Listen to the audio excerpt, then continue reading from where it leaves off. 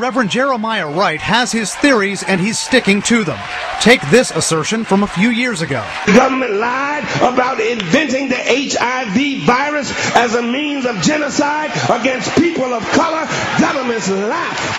Now, under the glare that's gotten Barack Obama into such a deep political dilemma, Reverend Wright is asked, do you really believe that? Have you read Horowitz's book, Emerging Viruses, AIDS and Ebola? In the 1996 book Emerging Viruses, Dr. Leonard Horowitz wrote that HIV was introduced to gay men in New York and blacks in Central Africa by a U.S. government-sponsored hepatitis B vaccine, a program of genocide, Horowitz claims, designed to reduce the world's population. The author is grateful for Reverend Wright's acknowledgement. He's simply doing a godly service and a public service by pointing out the truth that has been heavily suppressed by government officials as well as, unfortunately, the mainstream media. Horowitz claims the Centers for Disease Control came up with one of the strains of the vaccine and then helped cover the scheme up.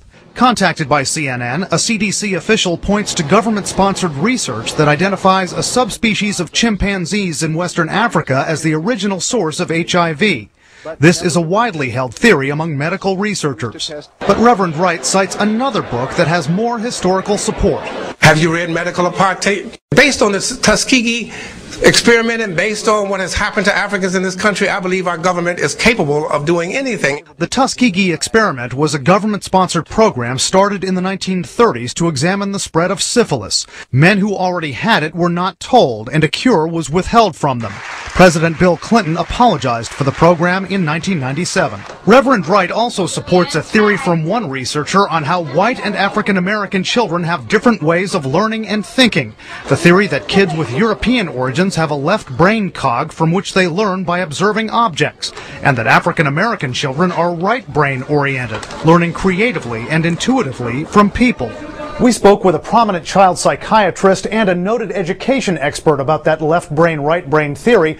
Both said it is not a very widely held view. Brian Todd, CNN, Washington.